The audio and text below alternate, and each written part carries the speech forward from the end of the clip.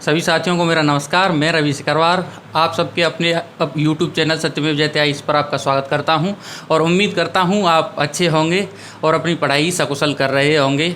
साथियों, जैसा कि मैंने आपसे कहा था कि हम यूपी की एक सीरीज़ शुरू करेंगे और जो हमने ऑलरेडी शुरू कर दी है उसका लेक्चर आपने बहुत पसंद किया है। उसी क्रम में हम अपनी पढ़ाई को आगे बढ़ाते हुए आज दूसरा वीडियो रिकॉर्ड कर रहे हैं और आज का जो टॉपिक रहेगा वो बड़ा शानदार टॉपिक रहेगा। टॉपिक आपके सामने लिखा हुआ है, मैंने ऑलरेडी लिख दिया है। और चूँकि आपको पता है लॉकडाउन चल रहा है, कोरोना केसेस बढ़ते जा रहे हैं, उसकी वजह से मैं चाह रहा था कि वैसे यहाँ पे एक पॉलिटिकल मैप लगाऊं, लेकिन वो नहीं लगा पाया मैं, तो मैंने क्या किया, इसको बना ही दिया। तो आज का जो टॉपिक है, सबसे पहले तो आप ऊपर से देखते चलिए, यहाँ पे सत्यमेव जयते IAS आपकी कोचिंग का नाम लिखा हुआ है। नीचे उत्तर प्रदेश राजनीतिक मानचित्र यानी उत्तर प्रदेश पॉलिटिकल मैप, और टॉपिक का नाम है, आज का जो टॉपिक है, टॉपिक का नाम है यूपी के 75 जिलों के नाम चुटकियों में कैसे याद करें। तो चुटकियों में याद करने हैं और ये मेरा वायदा है आपसे कि यूपी के 75 ज़िले अगर आप इस वीडियो को ठीक से देखेंगे तो ज़िंदगी में कभी नहीं भूल पाएंगे। इस टॉपिक का सबसे बड़ा महत्व ये है साथियों, अगर आप यूपी की तैयारी कर रहे हैं यानी यूपी से रिलेटेड किसी भी एग्ज़ाम की तैयारी कर रहे हैं तो ये टॉपिक आपको चुटकियों में याद होना चाहिए। आपको ये पता होना चाहिए कि कौन सा ज़िला यूपी का उत्तर वाले हिस्से में है, कौन सा पूरब में है, कौन सा दक्षिण में है, कौन सा पश्चिम में है।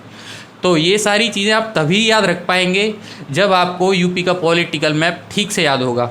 और 75 ज़िले याद करना बड़ी मुश्किल बात होती है, लेकिन आज हम इसको एक ऐसी टेक्निक से सीखेंगे जिसे आप कभी नहीं भूल पाएंगे। उस टेक्निक का नाम है साथियों निमोनिक टेक्निक या मेमोरी टेक्निक। इस टेक्निक में क्या किया जाता है, इस टेक्निक में हम कुछ ट्रिक्स का यूज़ करते हैं, हैंड प्लेसिंग का यूज़ करते हैं, और आपको तब पता चलेगा ट्रिक्स का यूज़ करके कि कैसे कैसे हम 75 जिलों को याद करेंगे। सबसे पहले आपको थोड़ा सा इधर दिखा देता हूँ। इधर मंडलों की संख्या आप जानते हैं, मैंने लास्ट टॉपिक में भी आपको बताया था, मंडलों की संख्या 18 है। वर्तमान में मतलब आज के वीडियो में हम केवल साथियों 9 मंडल ही कंप्लीट करेंगे, 9 डिवीज़न्स या संभाग ही कंप्लीट करेंगे, क्योंकि अगर सारे के सारे हम आज ही कंप्लीट कर देंगे तो आपके दिमाग में कुछ नहीं रहेगा, सब बर्बाद हो जाएगा। तो आज केवल हम आधे कंप्लीट करेंगे मंडल, और आधे मंडल हम अगले वीडियो में कंप्लीट करेंगे। और आप मुझे साथ ही साथ ये बताएंगे कि ये टेक्निक आपको कैसी लगी, कमेंट में ज़रूर बताएं, और चैनल को सब्सक्राइब कर लें अभी और शेयर कर दें। बिना देर किए हुए अब शुरू करते हैं। सबसे पहले देखते चलें, यहाँ पे आपके 9 मंडल लिखे हुए हैं। सबसे पहला मंडल है सहारनपुर, और इन मंडलों के सामने मैंने इनके ज़िलों की संख्या लिख दी है सर। सहारनपुर में 3 ज़िले हैं, मुरादाबाद में 5, बरेली में 4, लखनऊ में 6, देवी पाटन में 4, फिर से बस्ती में 3, गोरखपुर में 4, मेरठ में 6, अलीगढ़ में 4। बस साथियों, ये 9 मंडल आज हमको कंप्लीट करने हैं। बचे 9 मंडल हम अगले वाले वीडियो में करेंगे। पहले से सबसे पहले मंडल से शुरू करते हैं। सबसे पहला मंडल आपके सामने लिखा हुआ है सहारनपुर। अब ये मंडल में शुरू करने से पहले आपको एक बात और बता देना चाहता हूँ, थोड़ा सा वो देख लीजिए। अगर आप ये पॉलिटिकल मैप देखते हैं तो आपसे 2-3 छोटे छोटे सवालों की मैं उम्मीद करूँगा जो आपको आने चाहिए सर, क्योंकि ये इतने बेसिक सवाल हैं जो किसी भी एग्ज़ाम में पूछे जा सकते हैं। पहला सवाल, सबसे पहला और सबसे छोटा सवाल है कि बताइए उत्तर प्रदेश से कितने देशों की संख्या लगती है। तो सबसे पहले इसका उत्तर है एक देश है नेपाल, जिसकी सीमा उत्तर प्रदेश से लगती है। आपको दिख रहा होगा ये पूरा आपका उत्तर प्रदेश ज़िला है, उत्तर प्रदेश है राज्य, और इससे ऊपर लगा हुआ है नेपाल। तो पहला क्वेश्चन बना कि कितने देशों की सीमा नेपाल से लगती है, उत्तर है 1। दूसरा सवाल, कितने भारत के राज्यों की सीमा उत्तर प्रदेश से लगती है। तो सर इसका उत्तर भी लिख लीजिए कॉपी पे, इसका उत्तर है 9 राज्यों की सीमा उत्तर प्रदेश से लगती है, जिनमें से 8 राज्य हैं और 1 केंद्र शासित प्रदेश है। आपको ये दिख गया होगा कि केंद्र शासित प्रदेश कौन सा है, तो उसका नाम है दिल्ली। तो साथियों दिल्ली केंद्र शासित प्रदेश 1 प्लस 8 राज्य। 8 राज्य कौन से, एक बार जल्दी जल्दी देखिए। सबसे पहला राज्य आपको दिख रहा है सर, सबसे पहला राज्य जो यूपी से लगता है उत्तराखंड। दूसरा राज्य है साथियों हिमाचल प्रदेश HP। तीसरे राज्य पे आप देख रहे हैं सर, ये वाली सीमा जो आप देख रहे हैं हरियाणा। हरियाणा के आगे दिल्ली केंद्र शासित प्रदेश है, और आप देख रहे हैं कि उत्तर प्रदेश और हरियाणा के बीच में बसा हुआ है सर दिल्ली। तो पहला उत्तराखंड, दूसरा हिमाचल प्रदेश, तीसरा हरियाणा। अभी पहले राज्य काउंट करूँगा, उसके बाद में एक केंद्र शासित प्रदेश को बाद में काउंट करूँगा। हरियाणा के नीचे गए आपको ये मथुरा आगरा के पास सटा हुआ आपको राजस्थान दिख रहा है सर, आप देख रहे हैं ये चौथा राज्य हो गया। उसके बाद मध्य प्रदेश की सीमा शुरू हो जाती है, या ये वाली जो लाइन दिख रही है आपको, ये वाले लाइन है, बॉर्डर हैं ये सब, तो ये मध्य प्रदेश है। ये साफ हो गया थोड़ा सा, बिल्कुल मध्य प्रदेश। ये वाली पूरी सीमा सर मध्य प्रदेश की है। अगर सर नहीं दिख रहा है तो थोड़ा सा जूम करते चलो, थोड़ा सा नीचे दिखाते चलो। यहाँ तक दिख रहा है ना नीचे तक? हाँ, फिर तो कोई दिक्कत नहीं, बाद में जूम कर देना। तो ये मध्य प्रदेश की सीमा है साथियों, चौथा राज्य हो गया ये, और ये मध्य प्रदेश हो गया आपका पांचवा राज्य। यहाँ से सीमा शुरू हुई है, आप देख रहे हैं कितनी बड़ी सीमा है, यहाँ पे जाके ख़त्म हुई है। अगर इधर देखेंगे छत्तीसगढ़ में तो छत्तीसगढ़ छठवां बनेगा। ऊपर देखिए झारखंड सातवां, और ऊपर देखेंगे तो आप ये पूरा देखेंगे बिहार, बिहार बन गया सर आठवां। तो मैंने यही बताया कि 8 राज्यों की सीमा और एक केंद्र शासित प्रदेश। अब केंद्र शासित प्रदेश पे आइए सर, एक केंद्र शासित प्रदेश दिल्ली। तो कुल मिला के अगर पूछा जाए कि भारत देश के कितने राज्यों की सीमा उत्तर प्रदेश से लगती है, उत्तर है सर 9। उनमें से 8 राज्य हैं, एक केंद्र शासित प्रदेश। उम्मीद है दोनों उत्तर आपको समझ में आ गए हैं। 3 सवाल कंप्लीट किए। किस देश की सीमा उत्तर प्रदेश से लगती है? नेपाल। दूसरा सवाल कितने राज्यों की? 9 राज्यों की। उनमें से 8 राज्य हैं, एक केंद्र शासित प्रदेश है। अगला सवाल देखते हैं। अगला सवाल क्या है? सबसे बड़ी सीमा किस राज्य की है? तो आप कहेंगे मध्य प्रदेश की सबसे ज़्यादा सीमा छूती है सर उत्तर प्रदेश को। यानी सबसे बड़ा राज्य कौन सा है जिसकी सीमा लगती है उत्तर प्रदेश से? उत्तर लिख लीजिए सर कॉपी में, मध्य प्रदेश। अगला सवाल, सबसे छोटा राज्य, यानी सॉरी सबसे छोटा राज्य नहीं, ऐसी कौन सा राज्य है जिसकी सीमा सबसे कम छूती है उत्तर प्रदेश को? सर उत्तर होगा हिमाचल प्रदेश।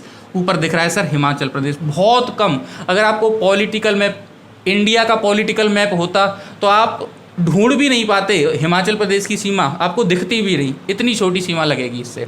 तो दोनों सवाल यहाँ पे ये बनाइए कि किस राज्य की सीमा सबसे ज़्यादा छूती है यूपी से? मध्य प्रदेश। सबसे कम किस राज्य की सीमा छूती है? सर उत्तर हो गया हिमाचल प्रदेश।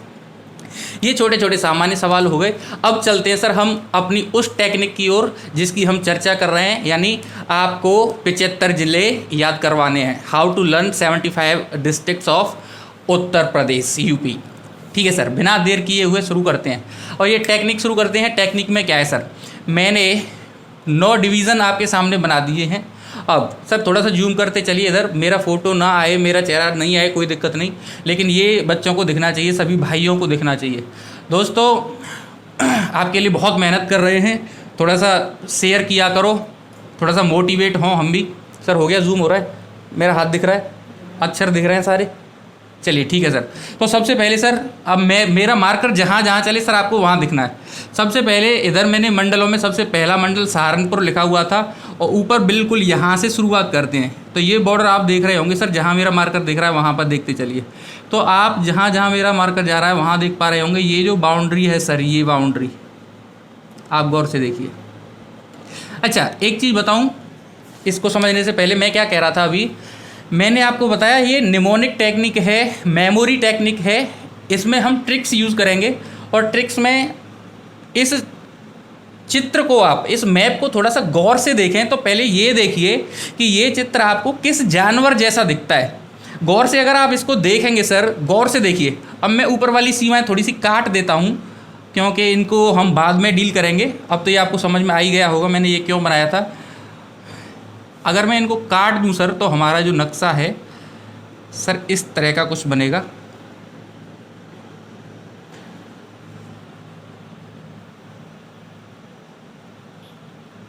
ये बन गया आपका उत्तर प्रदेश।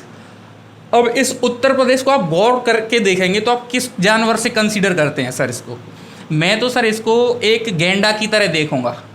गौर से देखिए, ये गैंडा है, इधर देखिए, ये गैंडे का ये वाला जो पोर्शन है ये गैंडे का मुंह हो गया, और ये मुंह देखिए, और ये ऊपर आप जो देख रहे हैं सर यहाँ पे आपको ये जो पोर्शन है सर आप देखेंगे गौर से, ये गैंडे का एक सींग जैसा निकला हुआ है ऊपर। ये पूरा सर गैंडे का मुंह हो गया, और ये देखिए जीभ निकली हुई है गैंडे की थोड़ी सी। ये गैंडे के सर अगले पैर हैं, ये पिछले वाले पैर हैं सर इधर, और इसको मान के चलिए ये पूंछ है, और इधर देखेंगे तो ये वाली इसकी गेंडे की पीठ हो गई सर। तो कुल मिला के उत्तर प्रदेश कैसा है सर?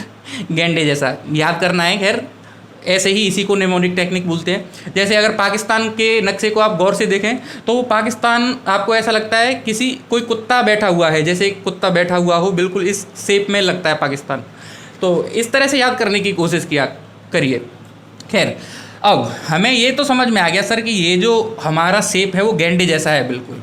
अब पहले टॉपिक पे आते हैं, मतलब पहले मंडल पे आते हैं। पहला मंडल याद करने की कोशिश करते हैं। सबसे पहला जो मंडल है जहाँ पे सींग के टाइप का है वो वाला हिस्सा गौर से देखिए। सींग वाले टाइप में यानी सहारनपुर में सर कितने हैं, मैंने देखिए बीच में लिख रखा है 3 जिले हैं सर, 3 जिले। सबसे पहले ऊपर देखिए सहारनपुर नंबर 1। दूसरा जिला यहाँ पे ये शाम लिखा हुआ है, ये है शामली। और तीसरा है सर मुजफ्फरनगर। शामली और मुजफ्फरनगर, ये 3 जिले हो गए सहारनपुर में। याद करने की अब कोशिश करते हैं। तो याद करने के लिए एक टेक्निक, बहुत सिंपल सी टेक्निक है। मुझे शाम का सहारा, मुझे श्याम का सहारा, मुझे मुजफ्फरनगर, मुझे मुजफ्फरनगर, मुझे शाम का, शाम श्यामली, शाम श्यामली, मुझे श्याम का सहारा। सहारा माने सहारनपुर। मुझे श्याम का सहारा, मुझे श्याम का सहारा मतलब मुजफ्फरनगर, शामली और सहारनपुर, ये 3 जिले हो गए सर किसमें? सहारनपुर मंडल में सर। पहला मंडल कंप्लीट हो रहा है सर, मुजफ्फरनगर, शामली, सहारनपुर। उम्मीद है समझ में आ गया। पहला रट लीजिए, बाद में आपका टेस्ट भी होगा कभी सर। उम्मीद है समझ में आया होगा। अगले मंडल की ओर चलते हैं। अगले मंडल की बाउंड्री खींचते हैं। आप देख रहे हैं जहाँ जहाँ मेरा मार्कर चल रहा है सर, बस उस जगह पर गौर करते चलिए, ये बाउंड्री आपको दिखती चलेगी। ये अब देख रहे हैं दूसरा आपके सामने लिखा हुआ है मुरादाबाद मंडल। और मुरादाबाद मंडल में सर कितने ज़िले हैं? 5 ज़िले हैं सर। मुरादाबाद मंडल में सर 5 ज़िले। कौन कौन से ज़िले? नाम लिख देता हूँ सर। यहाँ पे ये जो आपको बिज दिख रहा है, ये बिज का मतलब बिजनौर। आप नीचे देखेंगे अमरोहा, आगे मुरादाबाद। मुरादाबाद के बाद सर आप देखेंगे यहाँ पे तो ये सर रामपुर, राम जो लिख रहा है ये रामपुर। और ये संभल तो सर पूरा संभल है ही। तो कुल मिला के सर ये 5 ज़िले हो गए सर मुरादाबाद में, यानी मुरादाबाद मंडल में 5 ज़िले। याद करने की कोशिश करते हैं अब। तो याद करने के लिए एक ट्रिक देखिए सर, आप ऐसे याद करते हैं इसको। पहले बिज पे देखिए सर, यहाँ से शुरुआत करते हैं। बिज का मतलब बिजली, मान लीजिए बिजली, बिज मतलब बिजली। बिजली संभल के यूज़ करो, बिजली संभल के यूज़ करो ताकि आने वाली पीढ़ियों के लिए अमरत्व मिले, या आने वाली पीढ़ियों को अमरता मिले, अमरता मिले। अमरता, अमर 3 शब्द हैं सर अमर में, ऐसे याद रख लीजिए। अमर, अ मतलब अमरोहा, और ये तीनों एक लाइन में आएंगे। जैसे अमर एक लाइन में आ रहा है सर, ऐसे ही ये तीनों एक ही लाइन में आ रहे हैं। आप देखिए गौर से, अ से अमरोहा, म से मुरादाबाद और र से रामपुर। अमरोहा, मुरादाबाद और रामपुर। अमर, अमर सीधे सीधे अमर सर सीधे सीधे आ रहा था, तो तीनों से ये बन गया। ट्रिक क्या थी? बिजली संभाल के यूज़ करो जिससे आने वाली पीढ़ियों के लिए अमरता प्राप्त हो। या फिर आप ऐसे कह सकते हैं कि जो बीज हैं, बीज का मतलब जो पौधे के बीज हैं उनको संभाल के यूज़ करो, बीजों को संभाल के यूज़ करो। क्यों? क्योंकि उनसे पेड़ पैदा होंगे। अगर पेड़ पैदा होंगे, ज़्यादा पेड़ लगाए तो ज़्यादा जीवन होगा, यानी आदमी अमर होगा। हालांकि आदमी अमर नहीं, ट्रिक बना रहे हैं। आप ऐसे भी याद कर सकते हैं, अगर बीज कम बोओगे, बीज संभाल के नहीं बोओगे तो आदमी मुर्दा होगा। मुर्दा मतलब मुरादाबाद, मुरादाबाद मतलब मुर्दाबाद, तो मुर्दा होगा। कैसे भी आप याद रख सकते हैं, दोनों ही ट्रिक मैंने बता दी। बिजली वाला कॉन्सेप्ट याद कर सकते हैं, या फिर आप चाहें तो बीज वाला कॉन्सेप्ट। तो दूसरा टॉपिक यानी दूसरा मंडल कंप्लीट हो गया। दूसरा मंडल था कि कौन सा? सहारनपुर। अबे नहीं, सहारनपुर नहीं, कौन सा था? मुरादाबाद। और मुरादाबाद में 5 जिले, 5 जिले बिजनौर, अमरोहा, मुरादाबाद, रामपुर, संभल। उम्मीद है समझ में आ गया है। 2 मंडल कंप्लीट हो गए। तीसरे मंडल की ओर चलते हैं। तीसरा मंडल आपके सामने लिखा हुआ है और तीसरे मंडल पे आप यहाँ से मैंने छोड़ा था गौर से देखते चलिए। मेरा मार्कर जहाँ जहाँ घूम रहा है वहाँ तक चलेंगे बस। ये बाउंड्री हो गई साहब। और ये चौथा मंडल है आपका सर बरेली। और बरेली में आपको दिख रहा है कि 4 ज़िले हैं, बरेली, पीलीभीत, शाहजहाँपुर और सर बदायूं। याद करते हैं सर। अब आपने देखा था कल परसों एक मूवी आई थी बरेली की बर्फ़ी। बरेली की बर्फ़ी, बरेली की बर्फ़ी सर कैसी होती है? पीली। बरेली, पीलीभीत, बरेली की बर्फ़ी पीली होती है। यानी बरेली की पीली बर्फ़ी शाहजहाँ ने खुशी में बंटवाई। बरेली की पीली बर्फ़ी शाहजहाँ ने खुशी में बंटवाई या बधाई में बंटवाई, ऐसे याद कर लो। बधाई में, बधाई मतलब बदायूं, बदायूं, बधाई, ठीक है। बरेली की पीली बर्फ़ी शाहजहाँ ने बधाई में बंटवाई। तो ये सर चौथा मंडल कंप्लीट हो जाएगा। आपको ऐसे नहीं करना चाहते तो और थोड़ी सी और फनी ट्रिक याद कर लीजिए। पीली बर ने बूढ़ी सास को काट लिया, ऐसे याद कर सकते हैं। मज़ेदार ट्रिक है ये भी, और ख़ासकर उन लड़कियों के लिए या उन लड़कों के लिए जिनकी शादी हो गई है, जो अपनी सास से थोड़ा सा परेशान है। पीली बर, बर तो आप जानते होंगे, पीली वाली बर तो आपने देखी होगी, ब्रज क्षेत्र में तो काफ़ी ज़्यादा है ऐसी बर। पीली बर ने, पीली बर मतलब बरेली ने बूढ़ी, बूढ़ी से बना लीजिए बदायूं, शाहजहाँपुर, सास को काट लिया, ठीक है सर। ये आपका अगला मंडल कंप्लीट हो गया। अगले मंडल की ओर चलते हैं सर। और अगले मंडल की ओर जाने से पहले इसकी बाउंड्री बनाते हैं। आप देखते हैं यहाँ से ये पूरी बाउंड्री, जहाँ जहाँ मेरा मार्कर जा रहा है, ये पूरी बाउंड्री आप देखिए गौर से, पूरी बाउंड्री। ये सर ये एक अलग मंडल हो गया। इस मंडल का नाम है सर लखनऊ। लखनऊ मंडल में चलते हैं सर। लखनऊ मंडल में कितने ज़िले हैं? 6 ज़िले। सबसे पहला ज़िला है सर लखीमपुर खीरी, लखीमपुर खीरी पहला ज़िला। दूसरा सीतापुर, तीसरा हरदोई, चौथा लखनऊ, पांचवा उन्नाव और छठवां है सर रायबरेली। तो कुल मिला के लखनऊ में सर कितने हैं? 6 मंडल हैं। नीचे से शुरुआत करते हैं इसको याद करने की। शब्द लिखा हुआ है रायबरेली। रायबरेली शब्द सुनते ही सोनिया गांधी की तस्वीर दिमाग में आ जाती है। खैर आप देखेंगे सर रायबरेली से शुरू करिए। रायबरेली मतलब राय, कोई राय बनाइए। मेरी राय में, ऐसे मान के चलिए, मेरी राय में आप लखनऊ के कढ़ाई वाले कपड़े, लखनऊ की रंगाई वाले कपड़े, लखनऊ की सिलाई वाले कपड़े पहना करो। उन्नाव, उन्नाव मतलब ऊन के कपड़े नहीं, लखनऊ की कढ़ाई वाले कपड़े पहना करो, ऊन के कपड़े नहीं। क्यों? क्योंकि माता सीता भी लखनऊ के कढ़ाई वाले कपड़े ही पहनती थी। क्योंकि माता सीता भी लखनऊ के कढ़ाई वाले कपड़े ही पहनती थी, इसलिए आप भी लखनऊ की कढ़ाई वाले कपड़े पहना करो। ये तो मेरी राय है, मैं क्या कह रहा हूँ, मेरी राय में आप लखनऊ की कढ़ाई वाले कपड़े पहना करो, ऊन वाले कपड़े नहीं। मेरे साथ में सर आप बोलना शुरू करिए। जब ये वीडियो देख रहे हैं तो सर इसका फ़ायदा उठाइए, और बोलेंगे बार बार तभी याद होंगे। बस ये ट्रिक सर आपको 1 बार यूज़ करनी है, 2 बार यूज़ करनी है, उसके बाद आपको प्रैक्टिस करनी है इसकी कम से कम 5 बार। मैं आपसे बार बार यही कहूँगा। ट्रिक में हम नहीं जाएंगे, ट्रिक तो मैं जानता भी नहीं, बस ये निमोनिक टेक्निक मैं इसलिए बता रहा हूँ क्योंकि 75 ज़िले याद करना 1 बार में बड़ा मुश्किल है। 1 बार में याद भी कर लेंगे आप, जल्दी भूल जाएंगे। बिना प्रैक्टिस के सर कुछ भी नहीं है, प्रैक्टिस करनी पड़ेगी सर। तो सीता मैया भी पहनती थी और हृदय से पहनती थी। हरदोई, हृदय, हृदय से पहनती थी सर। सीता मैया हृदय से कपड़े पहनती थी लखनऊ के कढ़ाई वाले, और लखन से भी खरीदने के लिए बोलती थी। सर ये ट्रिक हो गई एक थोड़ी सी। मेरी राय में आप लखनऊ के कपड़े पहना करो, उनके कपड़े नहीं। क्यों? क्योंकि सीता मैया भी लखनऊ के ही कपड़े पहनती थी और हृदय से पहनती थी, साथ ही साथ अपने देवर जी लखन से भी खरीदने को बोलती थी। कितनी बढ़िया हैं बताओ। तो कुल मिला के सर ये 6 ज़िले आपके कंप्लीट हो गए लखनऊ मंडल के सर। उम्मीद है समझ में आया होगा। अगले मंडल की ओर चलते हैं सर। अगला मंडल देखिए सर, आपके सामने लिखा हुआ है 4 ज़िले हैं। इसका नाम है सर देवी पाटन, और ख़ासकर बलदेव क्षेत्र के, ब्रज क्षेत्र के लोगों के लिए तो बहुत ही इंटरेस्टिंग होना चाहिए। सबसे पहले आप देखिए, देवीपाटन नाम का कोई इसमें जिला नहीं है, लेकिन इस मंडल का नाम देवीपाटन है। याद करते हैं, 4 जिले हैं इसमें। पहला बहराइच, श्रावस्ती, बलरामपुर, गोंडा। उम्मीद है सब दिख रहा है इधर। अब सर ध्यान से समझने की कोशिश करिए। अब मैंने आपको बताया अभी, अगर ये हमने एक गेंडा माना है पूरा उत्तर प्रदेश, तो ये गेंडे की सर पीठ है। अब ऊपर देखिए, मंडल का नाम है सर देवीपाटन, और एक शब्द आया है इसमें बलरामपुर।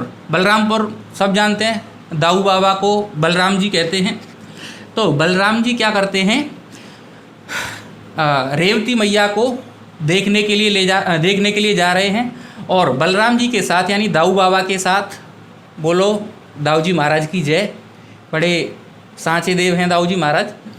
तो बलरामपुर यानी बलराम जी मैया रेवती को देखने जा रहे हैं, और अपने 2 दोस्तों को साथ में ले जा रहे हैं।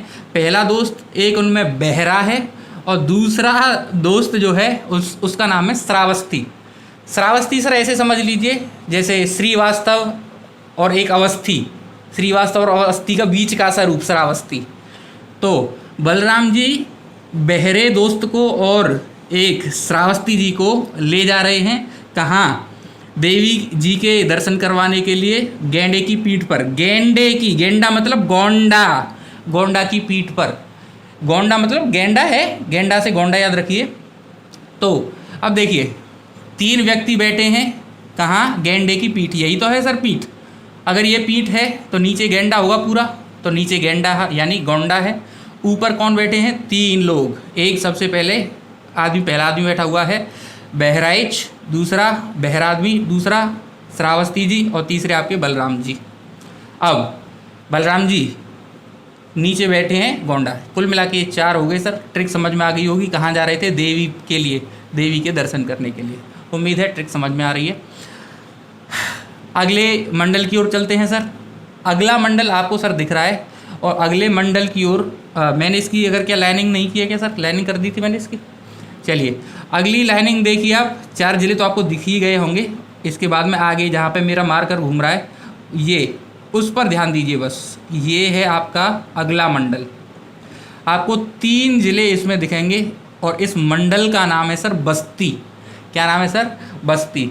बस्ती मंडल में 3 जिले कौन कौन से हैं, सबसे पहला सिद्धार्थनगर, दूसरा बस्ती, और सर तीसरा है संत कबीर नगर। अब थोड़ा सा पीछे वाले टॉपिक से याद करने की कोशिश करें। अब तो यहाँ पे हम क्या देख पा रहे हैं, जो गेंडा था भाई, बलराम जी गेंडे की पीठ पे बैठे हैं, उनका हल बहुत भारी है, तो उनके हल को साधने के लिए गेंडे क्या हाथी चाहिए एक।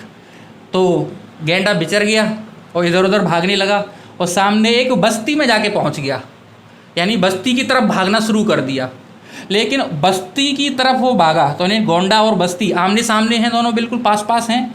तो जो गेंडा है वो बस्ती की तरफ जाने लगा। उसने देखा कि अरे इसमें तो संत कबीर जी, छोटे सिद्धार्थ कौन है, गौतम बुद्ध का बचपन का नाम, संत कबीर जी छोटे सिद्धार्थ को शिक्षा दे रहे हैं।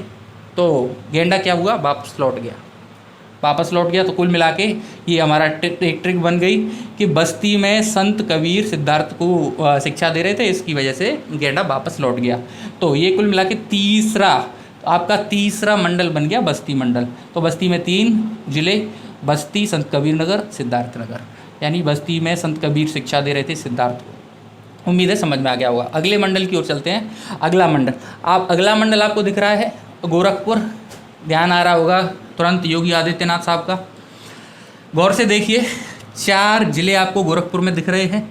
4 जिलों में नाम देख लीजिए। पहला महाराजगंज, दूसरा गोरखपुर, तीसरा इधर कुशीनगर नहीं है, कुशीनगर है, और अगला है इसमें देवरिया। तो अब देखिए 4 जिले हो गए, महाराजगंज, गोरखपुर, कुशीनगर और देवरिया। समझने की कोशिश करिए सर दिख रहा है ना साफ। चलिए समझने की कोशिश करते हैं सर। तो ट्रिक याद रखिए, देखिए महाराज कोई संत आए किसी महाराज के दरबार में, और ये महाराज पहले बड़े दुखी थे, और संत से बोले कि महात्मा जी बड़ी दिक्कत है, दुख ही दुख है चारों तरफ। ये बात किसने कही थी, सिद्धार्थ ने। आपको पता हो 4 आर्य सत्य हैं ये। तो जब मैं आपको ये पढ़ाऊँगा बौद्ध धर्म, तब उसमें आपको डिटेल में समझाऊँगा। महाराज चारों तरफ दुखी दुख है, क्या करें। तो महाराज जो संत महात्मा आए थे, उन्होंने कहा कि टेंशन मत लीजिए महाराज, टेंशन मत लीजिए, गोरक्षा गोरक्षा कीजिए, खुशी गोरक्षा कीजिए, खुशी मिलेगी, यानी कुशीनगर, खुशी मिलेगी, खुशी मिलेगी। और बाद में, यानी मरने के बाद में, अभी तो खुशी मिलेगी लेकिन मर जाओगे तो देवत्व प्राप्त होगा, यानी स्वर्ग प्राप्त होगा। देवत्व प्राप्त होगा यानी देवत्व प्राप्त होगा, मतलब देवरिया सर। उम्मीद है ये 4 ज़िले आपको याद हो गए हैं। इस मंडल का नाम है सर गोरखपुर। उम्मीद है आपको समझ में आ रहा है सर। एक बार जल्दी पहले से मुझे बताते चलिए। सबसे पहला सहारनपुर हो गया, 3 थे।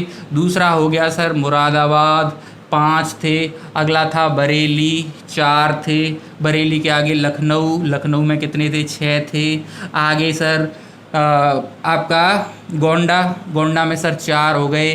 गोंडा के बाद बस्ती में 3 हो गए। और अंत में सबसे पीछे पूंछ के पास जाके 4 गोरखपुर वाले क्षेत्र में। तो गोरखपुर में सर कितने हो गए? 4 सर। 7 मंडल कंप्लीट हो गए। 2 मंडल जल्दी और कंप्लीट करते हैं सर। इधर थोड़ा सा ले आइए कैमरे को सर, थोड़ा सा इधर जूम कर दो।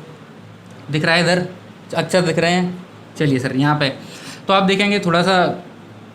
आप यहाँ तक हमने देखा सहारनपुर डिस्ट्रिक्ट था, सहारनपुर मंडल भी है। तो सहारनपुर मंडल के नीचे चलते हैं सर। अब ये वाली बाउंड्री यहीं से, अब यहाँ से आप ऐसे करके बाउंड्री बनाते चलिए। और यहाँ से ये बाउंड्री जहाँ जा रही है आपको वहाँ लेके चलना है, यहाँ तक। ये बाउंड्री देखिए सर, ये वाली बाउंड्री, यानी यहाँ से शुरू किया और पूरा इस पोर्शन में ये वाला। तो इसमें हमको 6 ज़िले दिख रहे हैं। सबसे पहले इस मंडल का नाम क्या है? तो मंडल का नाम है मेरठ। और मेरठ में सर कितने ज़िले हैं? 6 ज़िले हैं। समझने की कोशिश करते हैं। देखिए ध्यान से समझिए। मेरठ का मतलब रट ऐसे समझिए, जैसे कोई बच्चा है। बच्चा का मतलब ऐसे मान लेता हूँ, मेरी भांजी है छोटी सी, तो उसने रट लगाई मेरठ, यानी उसने रट लगाई कि मामा जी मुझे बैग चाहिए, बैग चाहिए पट्टी वाला। मामा जी यानी मेरी भांजी ने रट लगाई मेरठ कि मुझे बैग चाहिए, यानी बागपत। कैसा? पत्ती वाला, बागपत। बैग चाहिए पत्ती वाला। और जो कैसा होना चाहिए आगे देखिए, गाजियाबाद। ये वाला पोर्शन आपको जो दिख रहा है, ये पोर्शन है गाजियाबाद। बिल्कुल दिल्ली के पास में पड़ता है, आपको पता है गाजियाबाद, और हरियाणा से बिल्कुल लगा हुआ है। तो रट लगाई कि बैग चाहिए पट्टी वाला, गजब का होना चाहिए, गाजियाबाद गजब का होना चाहिए। तब जाके मैं हैप्पी हापुड़, तब जाके मैं हैप्पी होऊंगी। और सर जो और मामा जी, मतलब मेरी भांजी मुझसे कह रही है, और मामा जी उस बैग पे इधर देखिए गौतम बुद्ध नगर, ये वाला जो गौ बुद्ध यानी ये लिख रहा है गौतम बुद्ध, बड़ा नहीं आ सकता है इसमें, ऐसे समझने की कोशिश करें। ये है सर गौतम बुद्ध नगर, और सर इधर है सिद्धार्थ नगर। दोनों अलग अलग ज़िले हैं, ध्यान रखना। तो गौतम बुद्ध नगर जो ज़िला है वो मेरठ मंडल का ज़िला है, और इधर आप देख रहे हैं सिद्धार्थ नगर जो ज़िला है सर वो बस्ती मंडल का ज़िला है। उम्मीद है दोनों में अंतर समझ में आ गया है। तो रट लगाई, बैग चाहिए पट्टी वाला, गजब का बैग होना चाहिए, तब जाके मैं हैप्पी होऊंगी। लेकिन उस बैग पे गौतम बुद्ध का फ़ोटो होना चाहिए। किसका? गौतम बुद्ध, यानी गौतम बुद्ध नगर, गौतम बुद्ध का फ़ोटो होना चाहिए। उसके बाद तो मैं मामा जी बुलंदियों को छू लूँगी। हम तो कह रहे हैं भैया और ऊपर पहुँचो। गौतम बुद्ध, भाई गौतम बुद्ध का अगर फ़ोटो लगा हुआ है, उनकी शिक्षाएं तो बहुत महान हैं, तो बिल्कुल बुलंदियाँ प्राप्त कर सकते हैं। कुल मिला के सर मेरठ मंडल में ये 6 ज़िले हो गए। एक बार फिर से देख लें, मेरठ, बागपत के बाद गाज़ियाबाद, हापुड़, गौतम बुद्ध नगर और सर बुलंदशहर। बुलंद शहर, बुलंदियों पर पहुंचूंगी, बुलंद शहर। सर उम्मीद है आपको अच्छा लग रहा है, समझ में आ रहा है। सर बोलते चलिए साथ साथ जिससे आपको याद हो जाए। अब सर 8 मंडल हो गए, एक अंतिम मंडल और देख लेते हैं। इसके नीचे थोड़ा सा ये कट गया है, थोड़ा सा मैं इसको साफ़ करता हूँ, थोड़ा सा अच्छे से दिखाने की कोशिश करता हूँ। जैसे ये यहाँ तक कट गया। इसके बाद ये बाउंड्री देखिए, ये वाली जो बाउंड्री आपको दिख रही है, ये वाली बाउंड्री, ये जो मंडल है आगे, अभी ये थोड़े से आपको बड़े बड़े मंडल देख रहे हैं, लेकिन यहाँ पे बहुत घने घने नीचे वाले पोर्शन में घने घने ज़िले आएंगे, बहुत घने घने। तो समझने की कोशिश करें। ये 9वां मंडल जो आपके सामने है सर, इस मंडल का नाम है अलीगढ़ मंडल। क्या नाम है सर? अलीगढ़ मंडल। बोला करो, बार बार बोलो, अलीगढ़ मंडल। अलीगढ़ मंडल में कितने ज़िले? 4 ज़िले। अलीगढ़ मंडल में 4 ज़िले कौन कौन से? सबसे पहला ज़िला अलीगढ़, दूसरा ज़िला है आपका हाथरस, तीसरा ज़िला है कासगंज, चौथा ज़िला है सर एटा। 4 ज़िले हैं अलीगढ़ मंडल में, अलीगढ़, हाथरस, कासगंज और एटा। याद करने की कोशिश करते हैं सर, बहुत शानदार ट्रिक है। आप जानते हैं अलीगढ़ का क्या फेमस है सर? आपके दिमाग में तुरंत आएगा, अलीगढ़ के ताले फेमस हैं। अलीगढ़ के ताला आप जानते हैं नॉर्मली एक तो स्टील का बना होता है, कोई लोहे का बना होता है, लेकिन मैं ऐसा मान के चलता हूँ कि हमारा जो अलीगढ़ वाला ताला है, ये वाला याद करने वाला, इसको वो कांसे का बना हुआ है। किसका बना हुआ है? कांसे का। तो याद करने की अब ट्रिक बनाएंगे। अलीगढ़ का जो ताला है, अलीगढ़ का जो ताला है वो कांसे का, कासगंज, कांसा मतलब कासगंज, अलीगढ़ का ताला कांसे का बना हुआ होता है साहब, जो हाथरस, हाथ से कभी नहीं खुलता। अलीगढ़ का ताला कांसे का बना हुआ होता है, जो हाथ से मतलब हाथरस, जो हाथ से कभी नहीं खुलता। कैसे खुलता है? ऐंठने से, ऐंठा मारने से। ऐंठा यानी चाबी जोर से घुमाने से। ऐंठा, कभी तो आदमी को भी ऐंठा हो जाते हैं मजाक की बात है। हाथरस और मतलब लास्ट में कैसे खुलता है ताला? वो ऐंठने से। तो ये कुल मिला के ये 9वां मंडल आपका हो गया अलीगढ़। याद कैसे करना था? अलीगढ़ के जो ताले हैं वो कांसे के बने होते हैं, जो सर हाथ से नहीं खुलते। किससे खुलते हैं? ऐंठने से। और ऐंठने से मतलब एटा। 4 ज़िले हो गए सर इसमें। उम्मीद है सर आज इतना ही करेंगे। बचे आपके अब 9 मंडल। अब सर थोड़ा सा मेरा भी चेहरा आना चाहिए, मेरा पेट नहीं आए, थोड़ा सा ऊपर से शूट किया करो। उम्मीद है आपको ये अच्छा लगा है, बढ़िया आपको मज़ा आया है। सर मैं थोड़ा सा ऐसे ही थोड़ा सा प्रसन्नचित्त रहने वाला आदमी हूँ, मेरा पढ़ाने का भी स्टाइल खुशनुमा रहता है। उम्मीद है ये वीडियो आपको बहुत पसंद आया है, आपको ये सारे ज़िले रट जाने चाहिए। सर ट्रिक पे ना जाइए, ट्रिक आपको बस 1-2 बार काम देगा। पेपर में अगर आया तो आप पहले ट्रिक याद करोगे और फिर अपना जो प्रैक्टिस किया था वो याद करोगे, नहीं सर आपको एक बार ट्रिक याद करनी है, फिर बार बार कम से कम 5-6 बार और ज़्यादा बार प्रैक्टिस करनी है, जिससे आपको ये पूरा का पूरा याद हो जाए। मैंने आपको एक मज़ेदार कहानी के रूप में इसको समझा दिया है। अगले बचे 9 मंडलों की वीडियो आपको जल्दी ही मिल जाएगी अपने वायदे के अनुसार। तो आज के लिए सर इतना ही, कल करेंगे आगे। जय हिंद, जय भारत।